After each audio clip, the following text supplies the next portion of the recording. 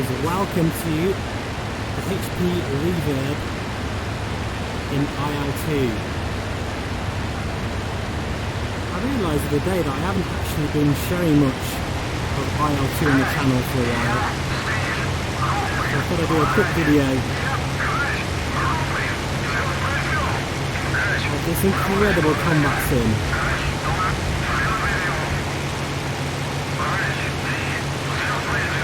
I think when it comes to warbirds and VR, IL-2 beats DCS into the ground personally. It doesn't have the system depth of clicking buttons and all sorts of those systems that are modelled in the aircraft, but it really copes really well and is better at the sort of physicality of the flying, the action, the AI is better. And just the way the aircraft fly are very, very realistic. The IL-2 brand really is noted for the flight physics. They really manage those engines. Today we're actually doing the second mission in a very old campaign. I think it's called Sea Dragons, and we're on mission 2. Now I'm sort of in training at the moment, so I don't really need to do anything other than kind of just follow my leader, which I'm not doing a very good job at the moment.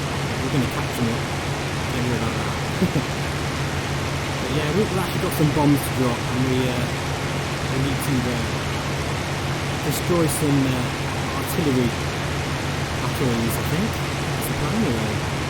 But yeah, the HP Reverb, this headset started off this channel from the very beginning. What do I make of it? Sort of a year on. I've had it now for about a year and a month or so, I think, and it's had daily use, guys. If I could count how many hours I've had out of this headset, it would run into the hundreds and hundreds, probably even 1,000 hours or more, I'd imagine. But I bet it's easy has been 1,000 hours. And it's been rock solid, guys, absolutely rock solid. Some people question HP's sort of build quality, but I've had no problems at all. Of course, when I first started my HP Reverb experience, I suppose you'd call it, the first headset I had issues with flickering in the right screen. And that was really due to the fact that there wasn't enough power output going through the cable. Because this headset, in terms of its resolution, is absolutely unsurpassed. I mean, you've got the Pimax headsets, but the pixel degree per field of view in this headset, and the fact that it's only about 114 degrees field of view, mean that you get the sharpest image out of any VR consumer headset on the market, without a doubt. And, you know, even now, after having the headset for a year, when I put it on my head and I look through it, in this aircraft here, or whatever I'm doing, the next plane, Elite Dangerous, or DCS, you know, it always surprises me with how incredible it is. And this is the G1 headset. Now, at the time of this video, I haven't tried the Reverb G2 yet, and I'm waiting to hear back from HP. They did promise me a early review unit, but I haven't really heard anything since. And I know that the sort of delivery date for all of you guys who have pre-ordered has changed a little bit, so I'm not sure if they're having a few teething problems, which is entirely possible. But honestly, guys, I think if any of you have the Reverb G1 and you're happy with it, why bother upgrading? I think the resolution is going to be the same. I think overall it's going to be a much better headset, especially in terms of its lenses. It's going to be less Miura, which I'm not sure what that is. It's like a bit of a grain in the display that you can sometimes see. It's not, you know, terrible, but it is there. And I think the sweet spot is going to be much improved. Of course, you're going to get better audio and better controllers, which I don't really use controllers anyway in IL-2 and DCS. And I think the comfort's going to be improved, so it is going to be a much better headset, but I think for all of you Reverb G1 owners, if you're quite happy with the headset you already have, then then, you know, get more use out of it, guys, honestly. Don't feel the need to upgrade straight away. It will be a better headset, but it won't be like revolutionary. It won't be like really, really better. Well, look at him. Look at his formation flying here. It's a bit dodgy.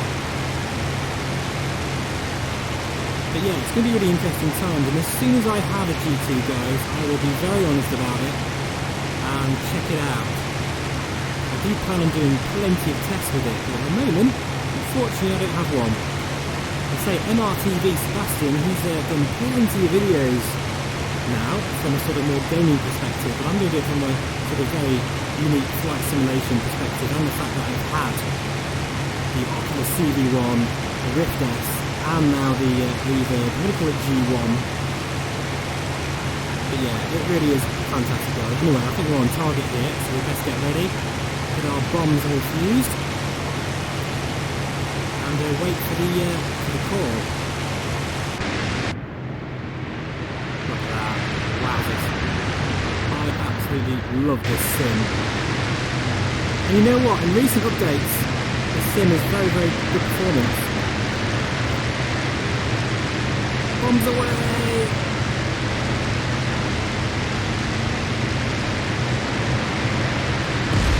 Oh, yes! Oh, just to see that, guys. I hope you enjoyed that. That was amazing. Fantastic.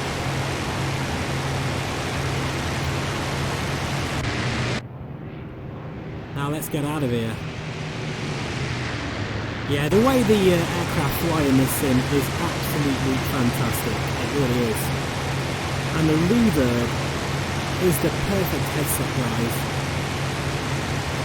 for this sort of experience. The leather fascia of my Reverb is still really nice and sort of feels like it's brand new still. And yeah, I mean, I look after it, but I don't really careful with it. It gets thrown around sometimes. And I think with the recent updates with Windows Mixed Reality, because of the likes of the Valve Index, we're getting a much better software interface these days. You know, this sim has had so many updates recently in terms of the flight modelling, the damage modelling, and the improvements as well in VR are huge. I'm actually getting, and I can't believe this, guys, that I'm actually getting at times 90 frames per second in this sim. I've never had that before, not even in Aerofly. See, at the moment I'm getting 72 frames per second. I've got a little counter there on the corner. But there has been times that's gone up to 90 frames per second. Beautiful smoothness there, and you can see there the water colour and the waves has been greatly improved as well. If I could recommend any combat sim for VR for anybody who's really into it, I think IL-2 is the best sim out there, followed very closely by DCS, even though DCS is more hardcore and a lot more sort of in-depth. That's a proper hardcore flight sim, combat sim. I think IL-2 is a little bit more easy accessible, but you still have that realism. And you can see here, I've got all my labels on, I don't really care. I don't really care if it's unrealistic. Because first, sort of, you know, any experience you have, it's got to be fun, guys, first of all, hasn't it? And then you have the realism afterwards. And I, you know, manage all of the radiator, the engine temperature, and I can really, if I want to, I can flash this engine and completely blow my engine up. But I do like to have the labels on. And that's nothing to do with the resolution of Reverb, because you know, I can quite happily have them off. Sometimes I'll take them off when I'm in battle, actually. I think that brings me up to the next point about this headset, is you really do spot those targets a lot further out. And I've got a feeling in the G2 it's going to be even better because of that extra sweet spot. What's the trouble with this headset is its IPD range is very, very small. The new one will have a manual IPD adjustment, which will make things a lot better.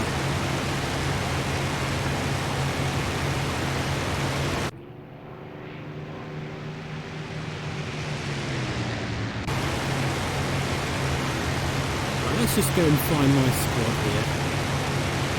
Beautiful graphics, honestly. It's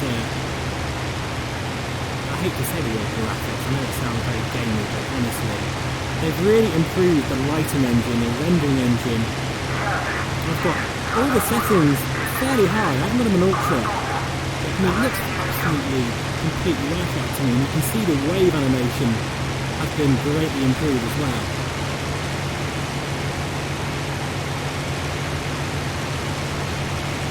Right, let's see if we can get back into formation again. In fact, I don't think anyone's in formation, to be honest. We're all over the place here.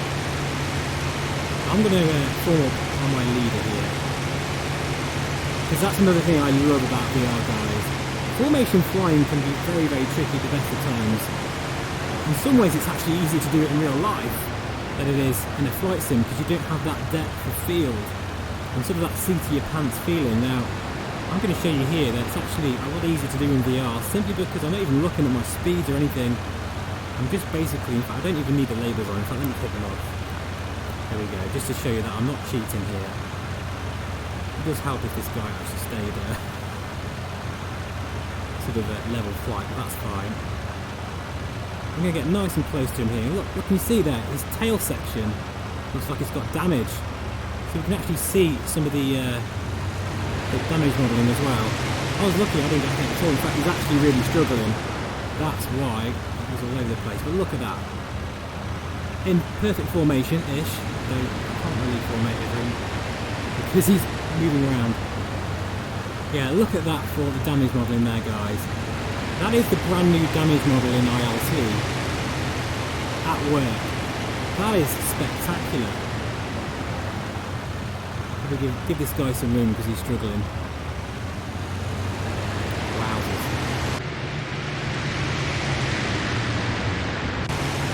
Okay guys, that's really all I'm going to do today. It's a very quick video on IL-2. Just to say that I still am absolutely in love with the HP Reverb. It's their best headset out there, in my opinion anyway. I think for X-Plane the Rift S is a better move, simply because of its smooth ASW technique, but for all the other sims, it cannot be beat. I think the only way it's going to get beaten is by the new G2. Exciting times guys, it's going to be a very exciting winter for sure when this headset arrives. Expect plenty of content from it when it arrives, and let me know in the comments guys if you'd like to know if you'd like me to check out something in particular with this new headset. I'll be more than happy to take on sort of viewer requests and sort of questions, because again it's going to be a very, very sort of exciting new headset that's arriving very soon. Right then, so we're on right base now, ready for landing. Simple little mission this one. As I said, this is mission 2 in the Sea Dragons campaign. I'm looking forward to completing the whole thing over time. But I find IL-2 loads, and I always sometimes forget to record my flight, so I thought I'd best just do a quick video here. This is a beautiful airbase because it's right on the coast, and you can see when you land from the other direction, the waves crashing on the shoreline. It's very nice indeed. Right, anyway, flaps down, gear coming down.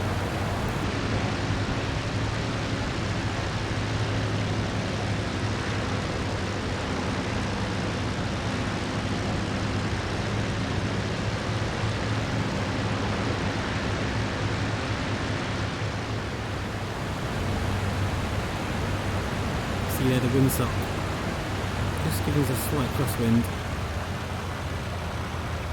I don't want to end up going off the edge here. With a flare, and we are down. Okay guys, thank you so much for watching. If you haven't already, feel free to subscribe and like and all that kind of jazz. And I'll see you again on the next one. Take care, bye for now.